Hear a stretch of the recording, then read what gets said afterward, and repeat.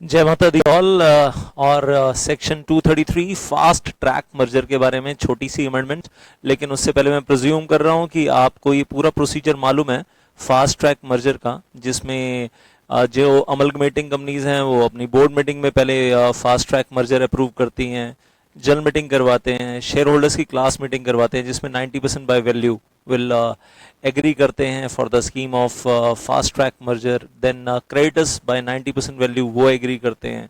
उसके बाद will I से उसकी रिपोर्ट जाती है। विल मीटिंग हो जाने के बाद one report to central government, one to the ROC, one to the official liquidator.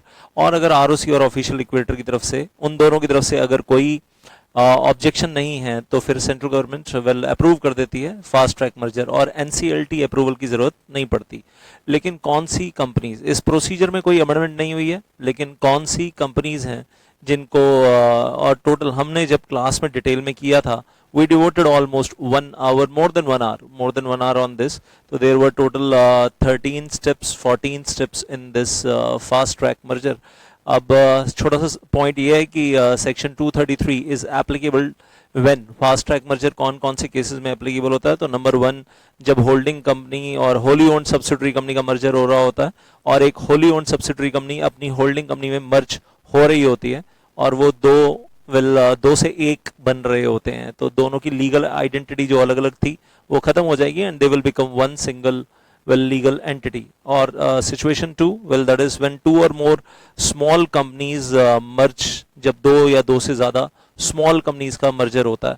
और ये स्मॉल कंपनीज की डेफिनेशन में अमेंडमेंट आई है 1 Feb 2021, I hope you are aware of. और उसके साथ साथ वेल सिचुएशन, अभी बात करूंगा इसके बारे में भी। And situation 3, any class of companies as prescribed in the rules by MCA. तो एमसीए ने कुछ प्रिस्क्राइब कर दिया है यहाँ पर रूल्स में, well any other class of companies, वो थर्ड कैटेगरी के लिए। और वो क्या प्रिस्क्राइब कर दिया है यहाँ पर एमसीए ने, well that is 2 or more startup companies, and you know that startup companies private companies होती हैं अप टू 10 years, जो कुछ सर्टेन क्राइटेरियाज फुलफिल करती हैं, they are called startup companies. अब उस डिटेल में नहीं जा रहा हूँ। Well so 2 or more startup companies का मर्जर हो रहा है तो फास्ट ट्रैक मर्जर कर सकते हैं। और second situation, 1 or more startup company with 1 or more small companies merge हो रही है तो भी फास्ट ट्रैक मर्जर कर सकते हैं। तो ये नोटिफिकेशन कब आया? This notification came on 1 Feb 2021। Same day I'll say Ministry of Corporate Affairs changed the definition of small company also, और small company का क्राइटेरिया बढ़ा दिया है, paid up capital up to rupees 2 crore and sales turnover up to rupees 20 crore कर दिया है। तो 50 लाख और 2 करोड़ जो पहले हम फॉलो करते थे उसको चेंज कर दिया है स्मॉल कंपनीज को फ्रॉम 1 Feb 2021 वंस अगेन।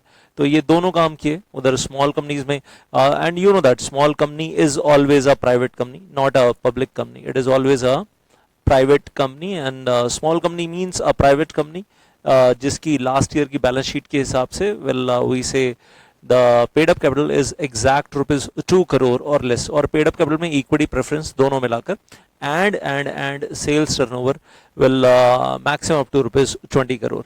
तो बस यही छोटी सी अमेंडमेंट है, just take care of this. और स्टार्टअप कंपनी के लिए भी I'll say they are confirming back over here well that it is a private company, either in the formed in the Companies Act 2013 or Companies Act 1956 previous one, लेकिन जिसको department of promotion of industry and internal trade ने startup company का status दिया है और वो 10 साल के लिए वो स्टेटस मिलता है, that is given over there. So this is all about that add on which has taken place. बस याद रखिएगा, now there are 3 categories.